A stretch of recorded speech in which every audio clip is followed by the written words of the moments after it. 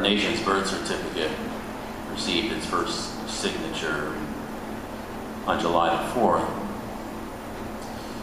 The Declaration of Independence becoming something of a seminal document in history of the world, really, because it enshrined various rights, recognizing them as God-given. The famous line written by Jefferson that all men are created equal and endowed by their Creator with certain unalienable rights comes to mind, the rights being life, liberty, and the pursuit of happiness.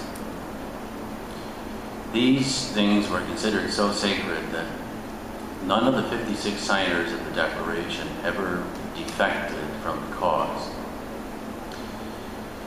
Each signed the document at great risk to himself, potentially, because had the revolution not succeeded, each man would have been subject to charge of treason and undoubtedly hanged for treasonous activity. Even with the signing of the Declaration, many of the men and their families suffered hardships because of it. 5 of the men died of wounds sustained during the war. One man lost all 13 of his children, a man who signed the Declaration. Another man whose name is not really known to many people today, but his name is Caesar Rodney, forfeited the chance of returning to his mother country for cancer treatment. He had developed cancer of the face. The people who signed the Declaration, and they ranged from ages 26 to 70, were far-sighted, very solid people.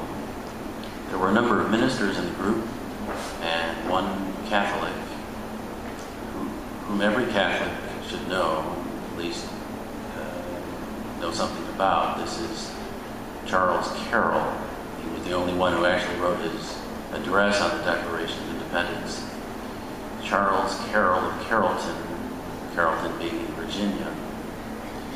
Virginia at the time was the only Catholic colony of 13.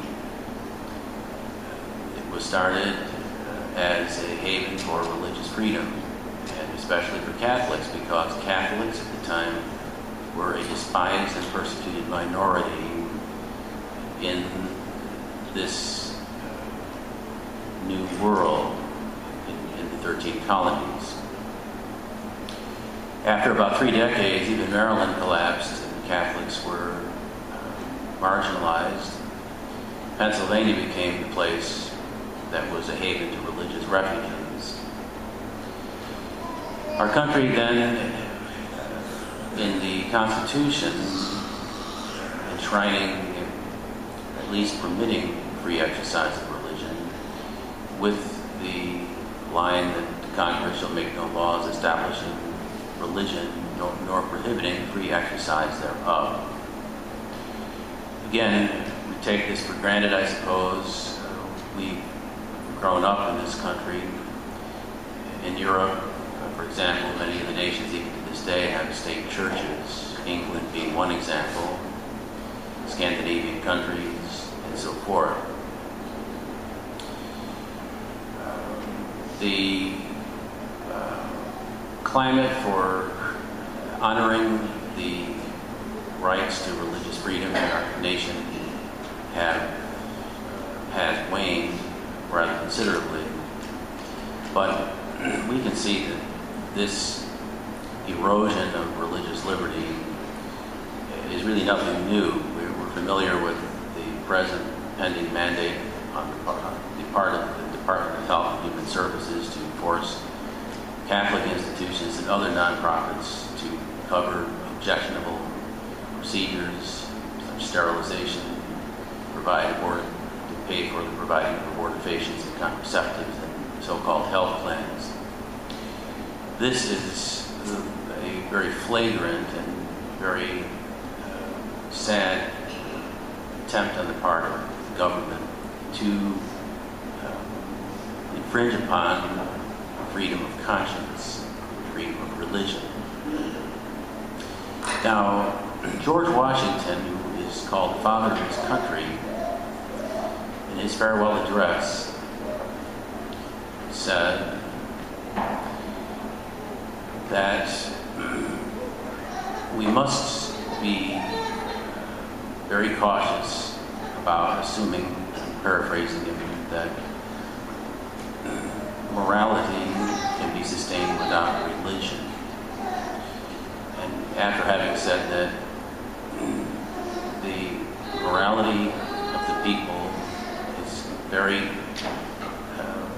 key to any sort of political prosperity.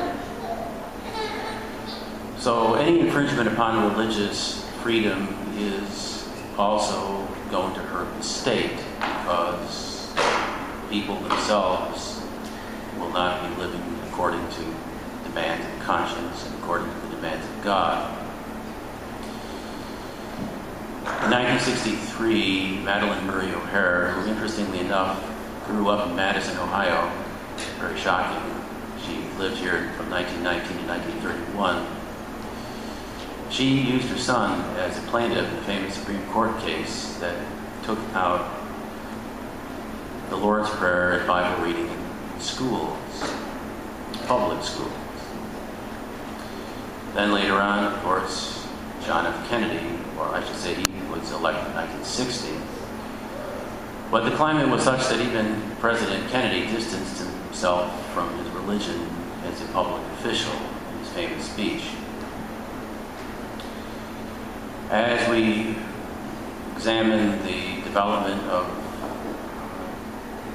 the practice of statecraft and politics in our country since then, we see that Catholic justice was on the majority side of Roe versus Wade.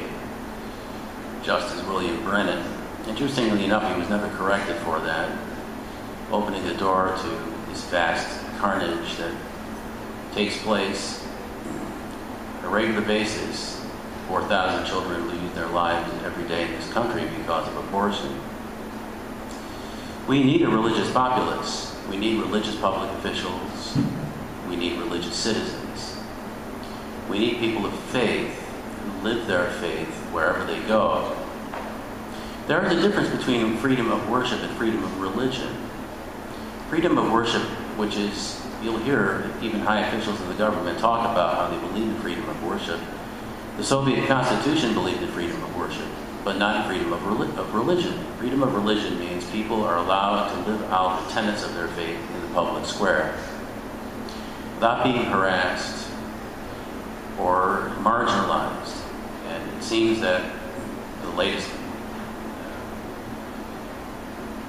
overture of the government is at least designed to marginalize people of faith, including people of the Catholic faith. And so the bishops are calling for us to pray for our country, pray for religious liberty.